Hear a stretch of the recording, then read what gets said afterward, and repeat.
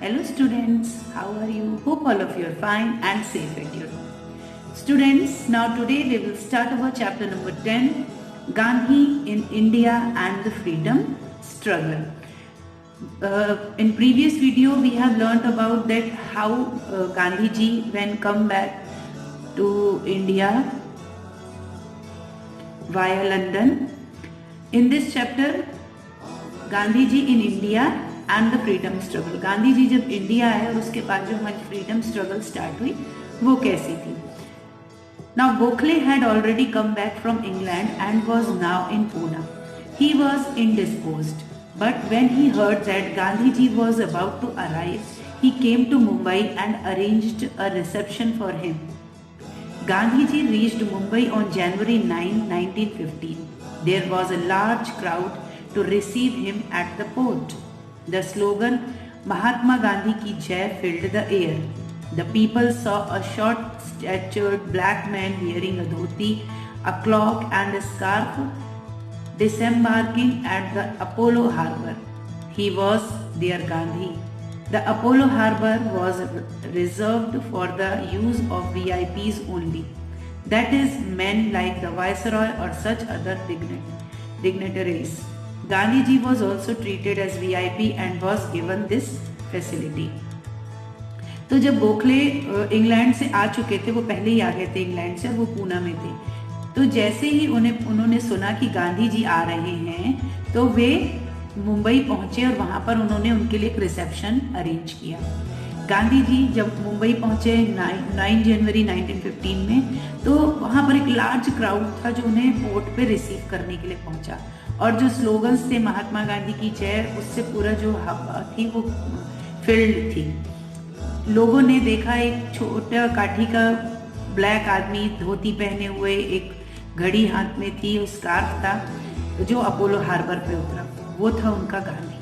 Apollo harbour में VIPs को सिर्फ रिजर्व तो रहते हैं वीआईपीज के लिए, जैसे वायसरॉय हो गए या अदर डिग्निटायर्स होते हैं उनके लिए, लेकिन वहां पर गांधी जी को भी वीआईपी के जैसे ही ट्रीट किया गया और उनको वो सारी फैसिलिटीज जो थी वो दी गई. Gokhale helped Gandhi ji to come out of the crowd. Kasturba wore a white sari and a blouse and was walking barefooted. The people were all praised for Gandhi ji's simplicity. After the reception were over, Gandhi ji met the governor of Mumbai, Lord Willingdon. He said to Gandhi ji, "I would like you to meet me whenever you propose to do anything against the government." Gandhi ji easily gave the promise and said, "It has always been my practice to notify the government before I start anything. I never conceal anything from anybody.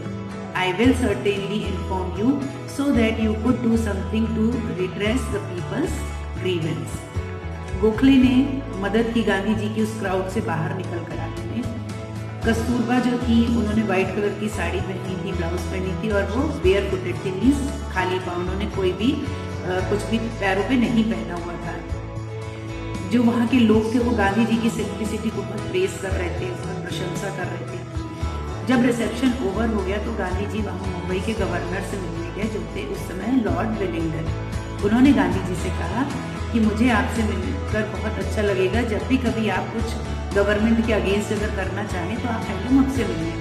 Gandhi ji ने उनको promise दिया, बोला कि ये तो मेरी practice में ही है कि अगर मैं गवर्नमेंट के लिए कुछ करता हूँ, उसके अगेंस्ट में भी अगर कुछ करता हूँ तो मैं पहले उसे नोटिफाई करता हूँ. मुझे कभी भी किसी से कुछ भी छुपा कर करने की ज़रूरत नहीं पड़ती. तो मैं आपको इन्फॉर्म करूँगा जिससे जो पीपल्स की ग्रीवेंस है वो ज़्यादा भड़क ना पाए. After a few days stay in Mumbai, he went to Pune where Gokhale was his host. Gokhale asked him to make an extensive tour of the whole country and complete it in a year's time. He wanted Gandhi ji to acquaint himself with the people's condition and to think of ways of their betterment and of securing for them their rights. Gandhi ji accepted his advice. But before he undertook this tour, he went to Rajkot and Porbandar to meet his relatives. On his way to Rajkot, a public worker came to see him at a railway station and complained to him against the tax imposed on the peasants of Vikram, Viramgram.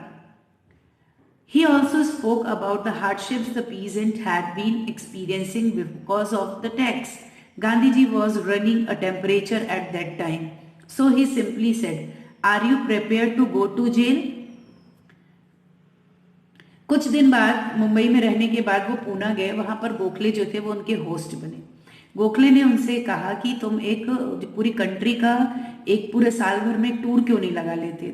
Gandhi ji को वो ये चाहते थे कि गांधी जी उनकी लोगों की जो कंडीशंस हैं उनके देख कर आए, खुद से देख कर आए, और उसके बाद में उनको बेटर करने के लिए क्या वेज हो सकते हैं, क्या तरीके हो सकते हैं उनके राइट्स को और दिलवाने में, तो उसमें वो हेल्प करें।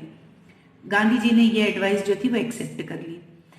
लेकिन उसके टूर में निकलने से पहले वो राजकोट गए, पोरबंदर के अपने रिलेटिव्स से मिलके आएंगे। तो रास्ते में उन्हें राजकोट में एक पब्लिक वर्कर मिला जो रेलवे स्टेशन पे उनसे मिलने आया था, और उसने उनसे कंप्लेंट की जो पीजेंट्स के ऊपर टैक्सेस लगाए जा रहे थे उसके लिए। उसने उन्हें बताया कि कितनी मेहनत करने के बाद जो पीजेंट हैं वो ये टैक्स को चुका पाने में बहुत मुश्किलों का सामना कर रहे हैं। उस समय गांधी जी को बहुत तेज गुस्सा आया, नाराज हुए। तो उन्होंने उस आदमी से सिंपली पूछा कि क्या तुम जेल जाने के लिए तैयार हो? That man said yes. उस आदमी ने कहा हाँ। Then I shall make an inquiry, and if I find the complaints to be true, I will try to get the grievance redressed, said Gandhiji, assuring the worker of his support. Wherever he went in Kathiawad, people complained to him about the tax. Gandhiji could never be at peace with himself without doing public work.